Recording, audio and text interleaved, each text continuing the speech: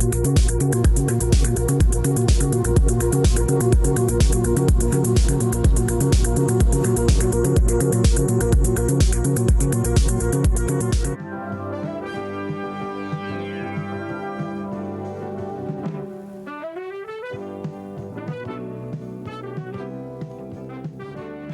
and welcome to Access Rhode Island. My name is Adam Schmuter and I'm your host for this evening's program.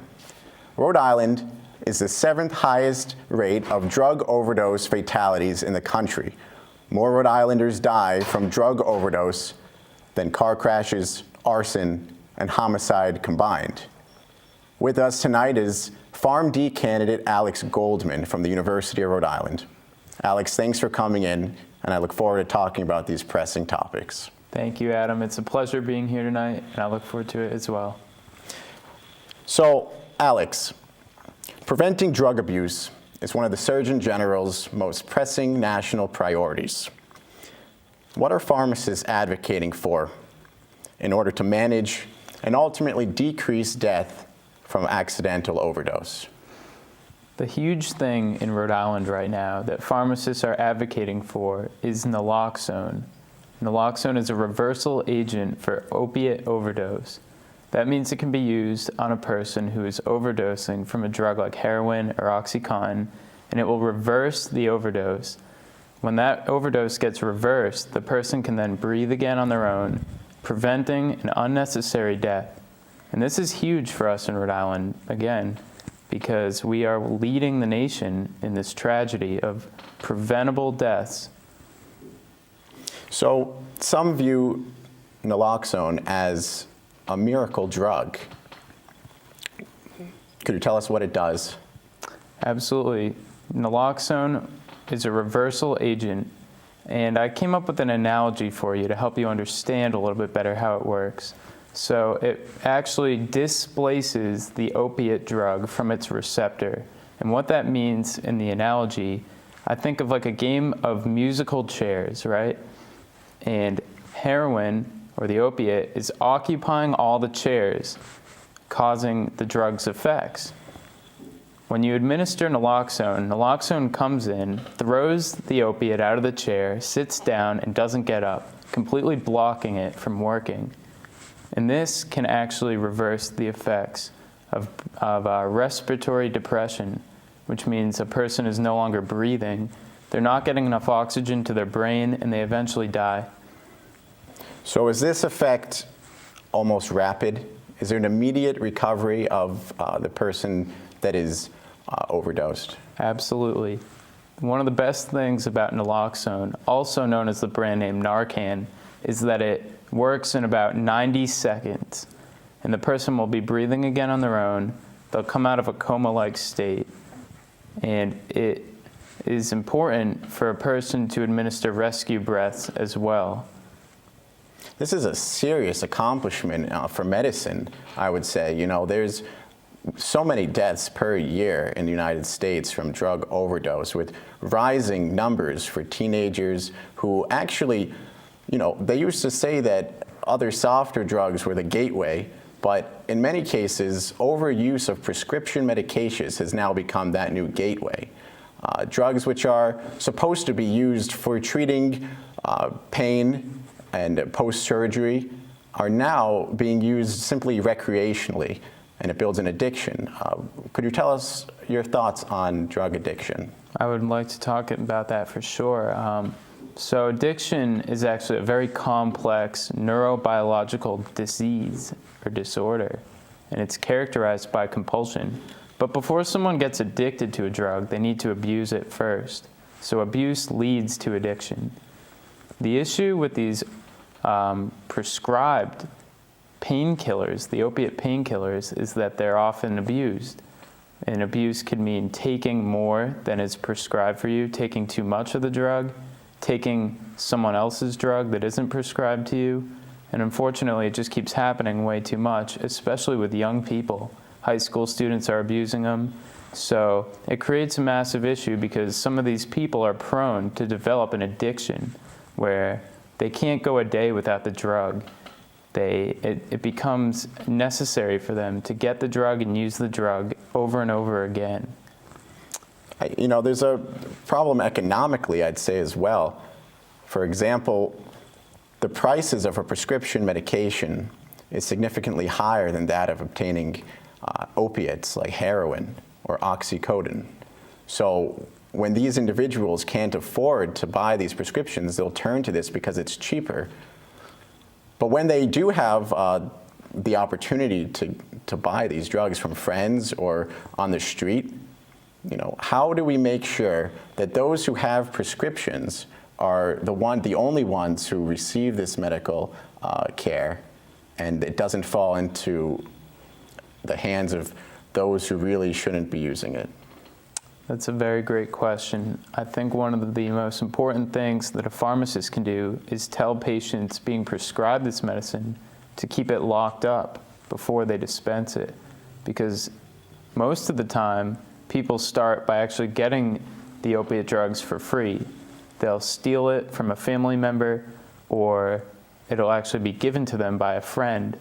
So if the medicine is locked up, it might prevent some of this diversion, the drug diversion, which again can lead to addiction when abused.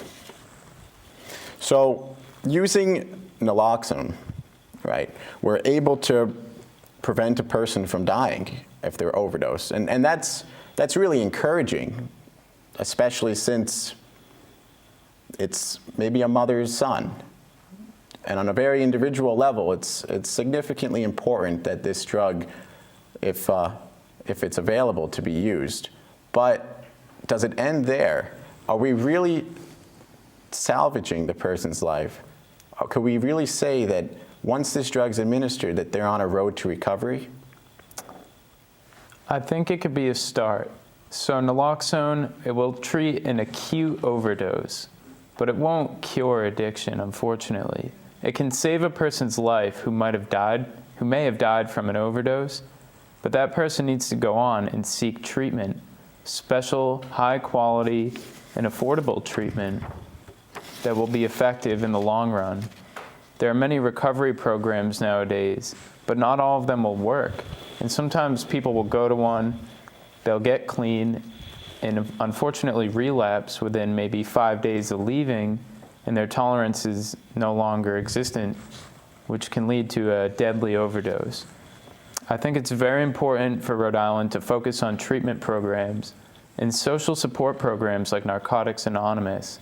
These type of social programs can really help someone recover their life and get back to a healthier, normal life, rather than seeking out these drugs over and over again every day.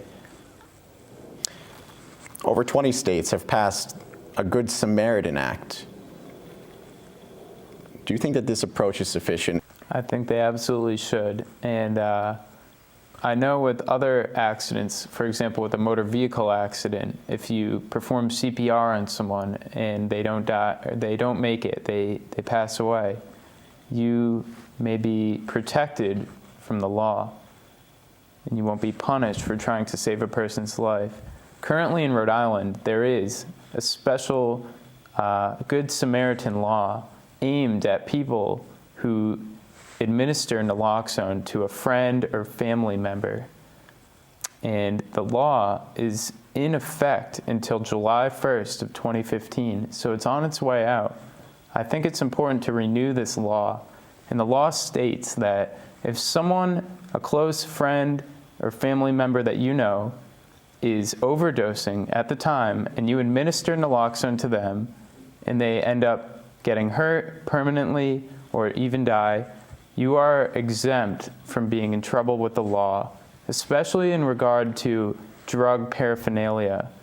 For example, if there's drug paraphernalia all over the room, you call 911, you give naloxone, the police can't press charges against you for having the drugs around at the time. The Maine governor, Paul LePage, actually opposes a naloxone access bill under his administration in the legislature, arguing that the availability of an antidote would only encourage more drug use. Do you think that this is a possibility to be concerned about?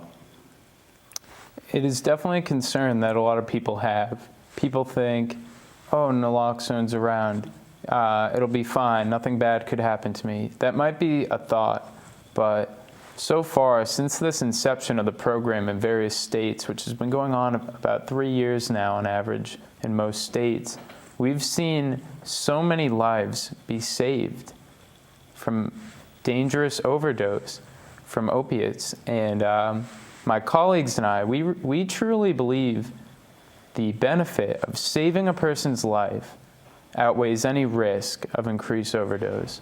I think it's similar, and I agree with you, but I think a parallel to this could be the AIDS epidemic and what's going on in New York City, where health clinics, public health clinics, will be dispensing sterile needles.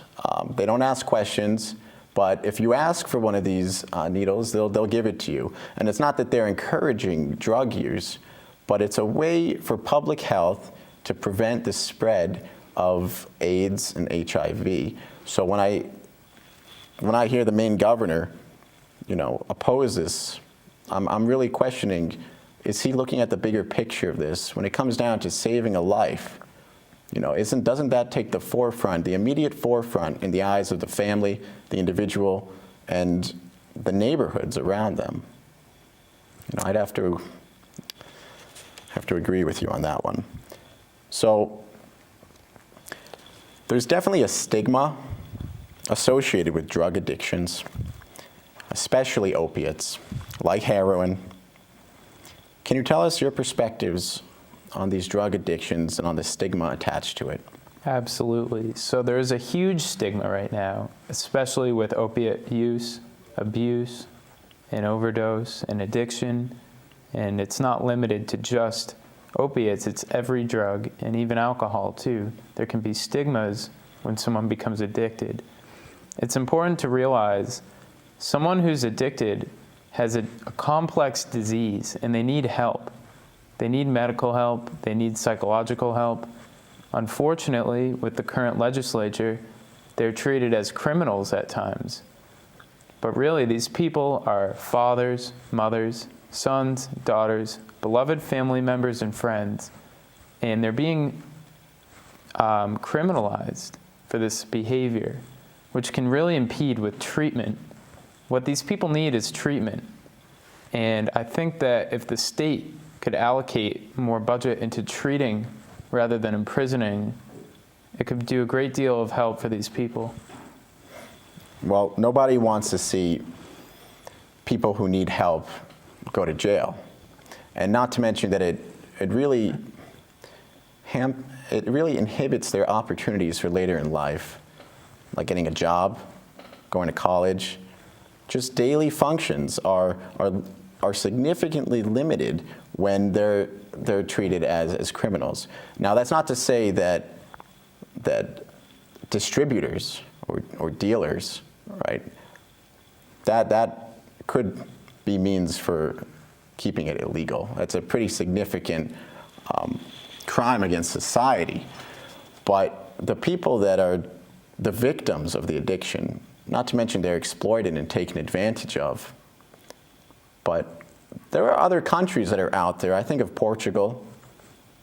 Are you familiar with what's going on in Portugal? I'm very familiar. So in the early 2000s, Portugal decided to decriminalize the drugs available. All their illegal drugs became decriminalized. Now, it's still illegal to distribute. As you said, it should be illegal to distribute and sell the drugs, but for the non-violent user who seeks help and treatment, they won't be treated as a criminal. And what Portugal did was reallocate some of the budget that went towards holding these people up in prison and took that money and reallocated to treatment programs. And they've experienced great success. I think those models could be implemented in different states in the US and kind of as a trial period, see how it goes. It's a definitely controversial subject, but I think with the Portuguese model, it's going really well. And these people are finally getting the help they need. Another thing, a big fact there, is that the number of overdose deaths in Portugal has dropped significantly since the inception of the decriminalization. So naloxone, It's available in local pharmacies, Walgreens, CVS, Rite Aid. Is it over the counter? Currently in Rhode Island, you can get naloxone without a prescription at any CVS and Walgreens pharmacy. So you can just walk in there, right? It's very critical that the pharmacist instructs this person how to use naloxone. Most of the time, they're not just going to hand it to you. They might ask you some probing questions and see, is it for you? Is it for a family member? And make sure you understand how to administer the drug. So naloxone, I'll talk about a little bit more. It comes available as a nasal spray, intranasal. It's very easy to administer, but there's some techniques that need to be used when administering it.